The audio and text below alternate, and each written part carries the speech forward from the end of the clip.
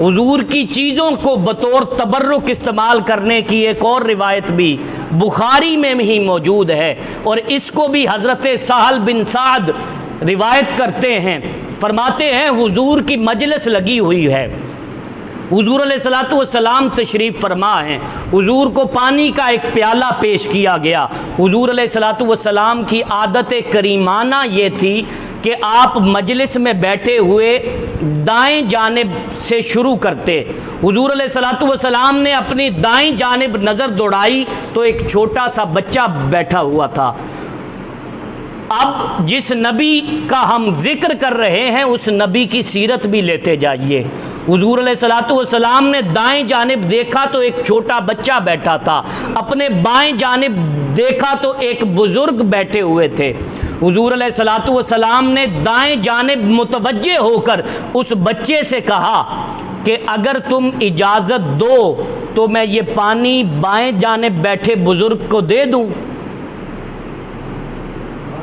حضور علیہ الصلوۃ والسلام کائنات کے مالک ہیں، آپ نبی آخر الزماں ہیں، لیکن آپ کا اخلاق کس قدر بلند ہے کہ ایک چھوٹے بچے سے آپ اجازت لے رہے ہیں۔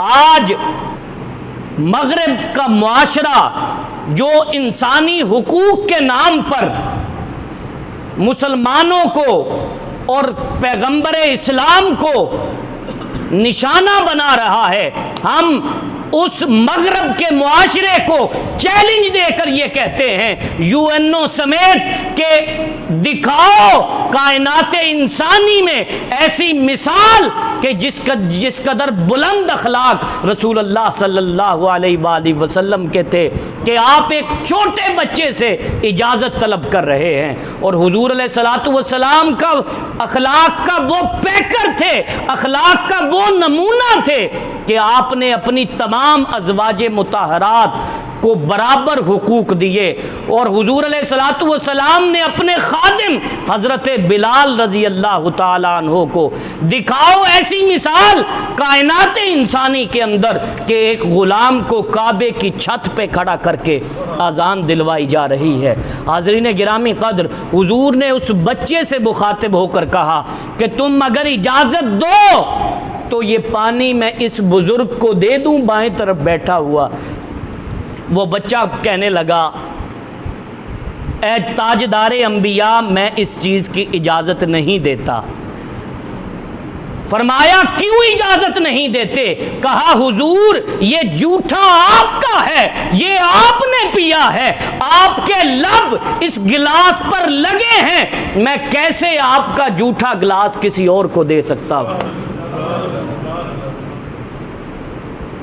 اور مجھے یہاں بھی تجسس ہوا اور میں نے کہا کہ آخر ایک چھوٹا سا بچہ اتنی سمجھ بوجھ رکھتا تھا، آخر یہ بچہ تھا کون؟